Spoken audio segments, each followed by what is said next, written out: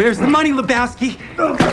The Big Lebowski is about a character named Jeff Lebowski, played by Jeff Bridges, a sort of aging pothead who lives in Los Angeles and who becomes the victim of a case of mistaken identity just because he happens to have the same name as a millionaire who lives out in Pasadena.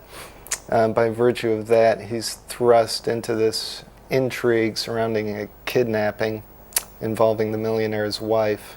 The Big Lebowski started really with us thinking about a friend of ours in Los Angeles who the character that Jeff Bridges plays is sort of loosely based on. This is a guy who we've known for about 15 years who actually does call himself the Dude. And it was sort of imagining him in sort of the context of a Chandler kind of a story that got us started on the script.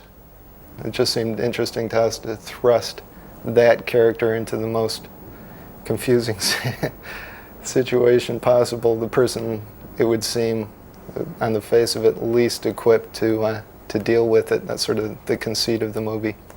Wait, let me explain something to you.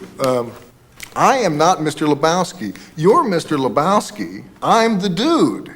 So that's what you call me, you know? That or his dudeness or Duder or, you know, El Duderino if you're not into the whole brevity thing. Are you employed, sir? Employed? The Dude, who is, he's better known as the Dude, but his real name is Jeff Lebowski. And he gets confused with another Lebowski, a fella who's, you know, a lot wealthier fella, and he gets mixed up for this guy, and all kind of hell and confusion breaks loose. We have money. Written by men who are unable to achieve on a level field of play. Gather $1 million. Howard! Unmarked, non-consecutive 20. Weekly. Await instructions. Bum. No fun stuff. Bummer. It was definitely the Dude we wanted. I think he did have a good time making the movie. He got to eat whatever he wanted. Yeah. I mean, it was clear to Jeff that the character wasn't into this sort of Los Angeles health, fitness, and beauty, and that he could sort of let himself go, which he probably kind of enjoyed even just for that. Well, one thing he did take from the real character, the real Dude, is, you know, the real Dude is quite overweight, and I think when Jeff met him once, and I think he looked at him and went, okay, yeah, I can kind of let my waistline go for this part. About all Jeff wanted to know, actually pretty consistently. Yeah. Jeff Bridges, the beginning of the start of shooting every scene, he'd walk up to one or the other of us and say, ask if we figured whether or not the Dude burned one on the way over. Yeah, so do you think the Dude burned one on the way over? So we'd think about it, usually we'd say, yeah, he probably burned one on the way over, and Jeff would go over in the corner, rub his knuckles in his eyes to turn him red and do the scene, and that was kind of the extent of what you had to do to direct Jeff. Some actors like talking about it more than others. No, you're not wrong. Am I wrong? You're not wrong, Walter. You're just an asshole. Okay, then. Play Quintana and O'Brien next week. They should be pushover. Man, you just take it easy, man. In this particular case, the story was very loosely sort of based on the sort of narrative structure of like a Chandler novel, you know, and those novels are very episodic in nature. They usually follow the main character as he sort of encounters these different characters on a sort of journey to uncover a mystery or find a missing person or whatever it may be in the novel. So that was sort of in this case, that was sort of the model for the story. In each movie, it's a little bit different in terms of where Actually, the one case where it got sort of, just in terms of plot, most involved and most sort of difficult for us to manage was Miller's Crossing, which was a gangster movie, sort of homage to, or or ripoff, depending on your point of view, of Dashiell Hammett, and that got very sort of, just in the sense of the convolution of the plot, got very sort of involved, and that was sort of, as I say, difficult to manage. This one, yeah, not as much. It was But in this one, we sort of figured, if things become a little bit too complicated and are unclear, it doesn't really matter. I mean, the plot is kind of not the... and again, this is similar to Chandler. The plot is sort of secondary to the other things that are sort of going on in the piece, I think. And if people get a little bit confused, it's I don't think really necessarily going to get in the way of them enjoying the movie. Yeah, you look at something like The Big Sleep, and nobody seemed to know, including the people who sort of wrote it, what the hell was going on in that plot either. So The hero, the dude, is not a private eye, but he's really a guy who's a throwback to the characters of the early 70s, late 60s kind of guy. What makes a man, Mr. Lebowski? Dude. Huh? I don't know, sir. Is it being prepared to do the right thing? Whatever the cost. Isn't that what makes a man? Sure, that and a pair of testicles. Sam Elliott would actually ask us for direct, like, what am I doing in this movie? yeah, And we Sam had to would say, I tell don't him. know what I'm doing here, boys. Happy to be here, don't get me wrong, but We didn't have anything to tell Sam. We didn't know either. But, didn't hurt his performance any. How you doing there, dude? Not too good, man. One of those days, huh? Yeah. Well, a wiser fellow than myself once said, sometimes you eat the bar and much obliged. Sometimes the bar while he eats you. That some kind of Eastern thing? Far from it.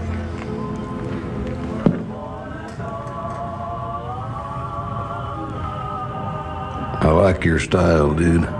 we really wrote that part for Sam because we like his voice. He's got that really... I mean, he really can hit that lower register. Also, he's got that really big mustache, so when you're cutting the movie, you can move his lines around, cheat him into his mouth, wherever. You can never see his lips. It's a good thing about working with Sam Elliott. Walter's kind of an interesting character for me. I'm trying to do justice to him. He was written so wonderfully. He's head of a security agency, his own. I think he gets by all right. Doesn't really the most nattily dressed fellow in town. He's got his own agenda. He's got an army background, and that's his career, is reminding people of his service in Vietnam. He means well, but he is a little oafish. That wasn't her toe, dude. Whose toe was it, Walter? Should I know? I do know that nothing about it indicates Man, it the was nail polish, Walter. fine, dude. As if it's impossible to get some nail polish, apply it to someone else's toe. Someone else. Yours. Where the... Are they going You to want get... a toe? I can get you a toe. Believe me. There are ways, dude. You don't want to know Walter, about it, believe me. Yeah, but Walter... Hell, I can get you a toe by 3 o'clock this afternoon with nail polish. Yeah, we wrote the Walter part for John, who I guess this is the third movie we've done with him. Well, actually, as we wrote the part that Turturro plays for Turturro and the part that Steve Buscemi plays for Steve, so those parts were essentially written for those actors. Were you listening to the dude's story, Donnie? Walter... Were you listening to the dude's story? I was bowling. So you have no frame of reference here, Donnie. You're like a child who wanders in the middle of a movie and wants to know... Walter, what's the point, man? There's no reason. Here's my point, dude. There's no fucking reason why these Yeah, two... Walter, what's your point? Huh? Walter, what is the point? Look, we all know who is at fault here. We saw John Turturro play an Hispanic character in a play at the Public Theater must be about 11 or 12 years ago. And ever since then, we've wanted to write something for him where he plays an Hispanic character. And this just seemed like the sort of right opportunity for it.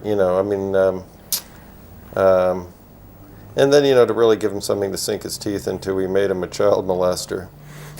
But I think it's really, it's a pretty vivid characterization given the amount of screen time he has, don't you think? Yeah.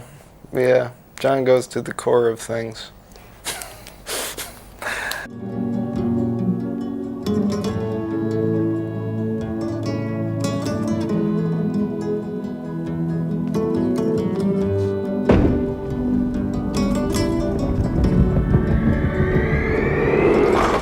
Characters were conceived as being, partners in a dysfunctional marriage, the Jeff Bridges and John Goodman character, they were, and at the point where we were writing the script, we sort of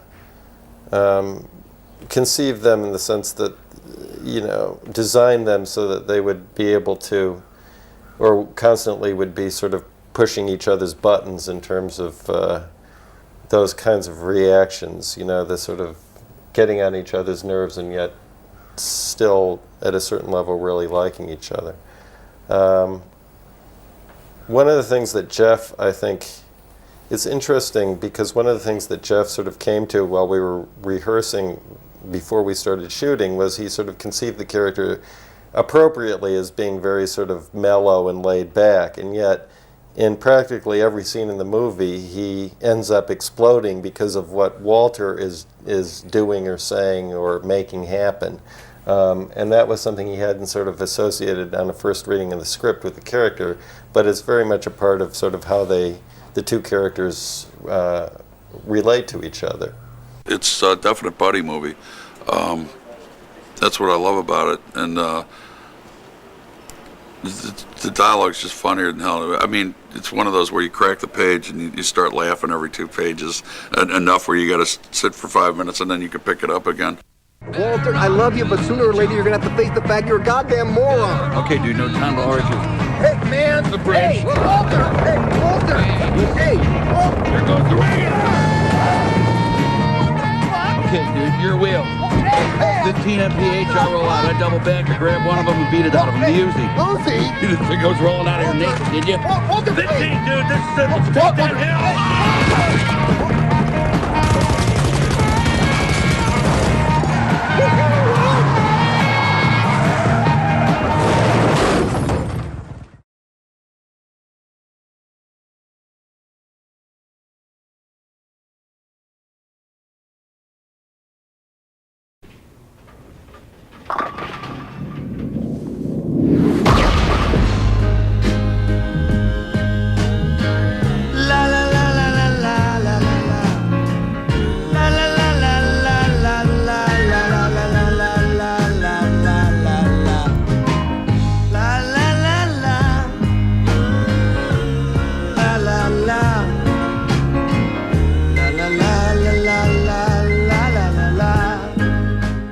We've done 4 movies with Roger Deakins as the cinematographer.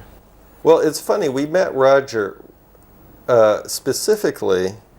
The way we started working with Roger is when we did Barton Fink. We were shooting a movie in Los Angeles, non-union, and for that reason but on the other hand, we wanted to work with someone whose work we knew and liked, as opposed to someone who's just starting out, and that sort of meant a foreign DP who wasn't in the unions in the United States. So we'd seen Roger's work, I think, on a number of things, but in particular the Mike Figgis movie Stormy Monday, I think was the last one we'd seen before we talked to him. And we met Roger and liked him and hired him to do that movie, and we've been working together since then. Roger is just, he's one of the, top, 3 or 4 DPs working in the world right now. I think he's like, there's nobody better than Roger. He's, and just personally, we get along really well, so it's been a good collaboration. Yeah, Julianne Moore is really good. Yeah, it wasn't meant to be. It isn't specifically English, the accent. It's some vague, non-specific, geographically swell finishing school for girls in Switzerland, maybe, accent. that she came up with. Yeah, she just, read the script and sort of intuitively grasped that there should be something sort of horribly regal about the character. She's very funny. Julianne Moore plays a wonderful avant-garde artist who specializes in some sort of feminist art. I couldn't really put my finger on it. Yeah, something to do with women. Do you like sex, Mr. Lebowski? Excuse me? Sex, the physical act of love, coitus. Do you like it? I was talking about my rug. You're not interested in sex? You mean coitus? I like it too. It's a male myth about feminists that we hate sex. It can be a natural, zesty enterprise. However, there are some people, it is called satyriasis in men, nymphomania in women, who engage in it compulsively and without joy. Oh, no. Oh, yes, Mr. Lebowski. Well, movies always get weird reactions. Like some journalists we talk to say, well, so how'd you come up with the story? You just like sit around and smoke a lot of pot. It's we got that from one journalist. Then when we were doing an interview in Germany, a German journalist asked us, so how do you come up with a story? You sit around in a room and drink a lot of beer?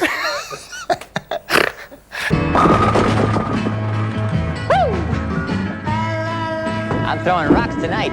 Steve doesn't say much in the movie. Well, we thought it would be interesting after, he plays sort of a motor mouth in Fargo. He never really shuts up. And so we thought it would be interesting to sort of go the other way in this movie in terms of the character that we wrote for him. Somebody pointed out to us recently that he's been in the past 5 movies of ours and we've killed him in each one. Yeah, I don't know I don't know why. In progressively more gruesome ways, too, actually. Well, not that his death in this one is particularly gruesome, not to reveal too much, but his remains seem to get smaller and smaller in each of our movies. I don't know what we'll do next. No, don't do that. Not on the rug, man. The carpet, it's interesting. We just got a call from Floor Coverings Weekly, a magazine to the trade, about floor coverings, that wanted to do a story on the Big Lebowski because catalyst for the story was the floor covering. So we did a really long, we were so excited about being in Floor Covering Weekly that we did a really long interview with the woman. She was really taken aback. It was the one time we talked to a journalist where they were anxious to get off the phone and were just humoring us as we nattered on about the carpet and all the other floor coverings in the movie. And she promised to send us a copy of the magazine, but it hasn't materialized yet.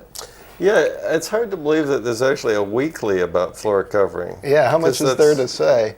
It's and you would think, by virtue of that, she would be interested in a lot of material about the about the movie. We even offered to pose for a cover picture, the two of us in front of the Persian carpet, which Jeff Bridges' character appropriates, and she was sort of polite but declined.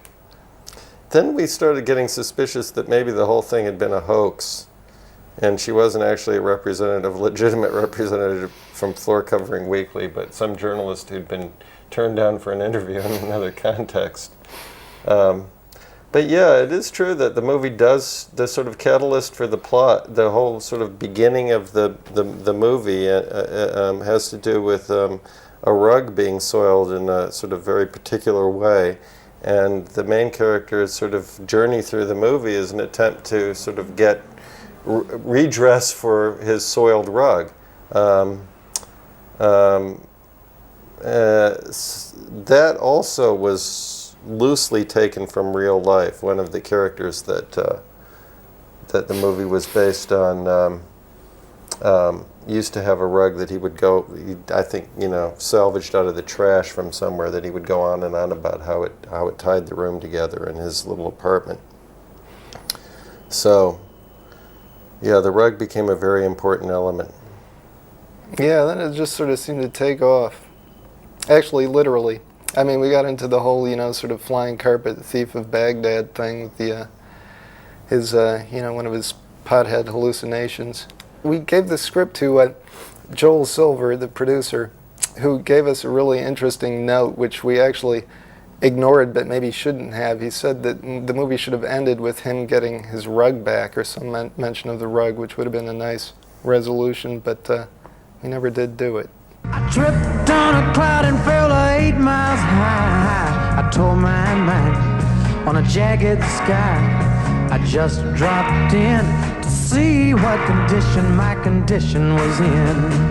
Yeah, yeah, oh yeah, what condition my condition was in.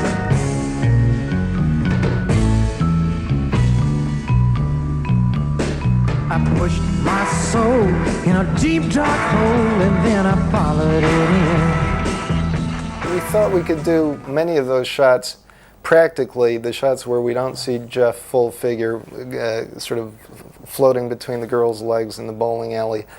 But actually, human body is such that Jeff's shoulders are just a little too broad, and the girls, though they were cast to be tall, were just not tall enough so that Jeff couldn't actually fit between their legs. They had to be shot in separate passes. There was a pass of the camera tracking past the girl's legs, and then a shot of Jeff floating over the, being propelled over the bowling alley, and they had to be composited in a computer with Jeff shrunk very slightly so that he could indeed sort of plausibly pass between their legs but not look like not shrunk to the extent that you'd notice.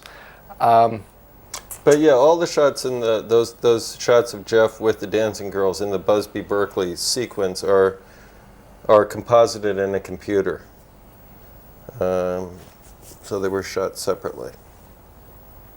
The shots where the camera actually goes through the legs were shot practically on a stage, just with the camera on. Well, we did it two ways. We had a little a skateboard essentially that the camera sat on that was sent down with a motor on it, and the camera was sent down between their legs, and it was controlled by an operator with a joystick.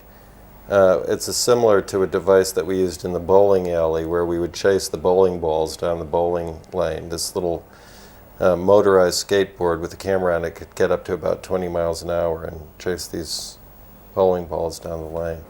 Well, you know, another convention of the private eye movies, I mean Raymond Chandler stories, but again, private eye movies generally is at some point the private eye gets slugged or gets slipped the Mickey fin or whatever and goes into some sort of delirium or hallucination. That's sort of certainly a hallmark of the movies and in many of the novels that movies are based on as well. So in that respect, it was sort of, we had license to do it by virtue of the genre, but also it seemed like we had a special license to do that sort of splashy thing by virtue of the characters being a heavy drug user. So, you know, it just it lets you do things that are sort of a departure from the rest of the movie and do make, in a sense, come out of nowhere, sort of stylistically not like the rest of the movie. I got her up so tight I couldn't unwind. I saw so much, I broke my mind. I just dropped in to see what condition my condition was in.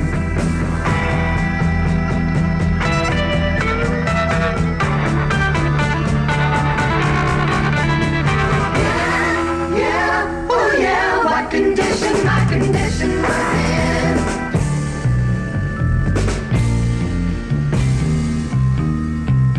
Someone painted April Fool in big black letters on a dead-end sign. I had my foot on the gas as I left the road and blew out my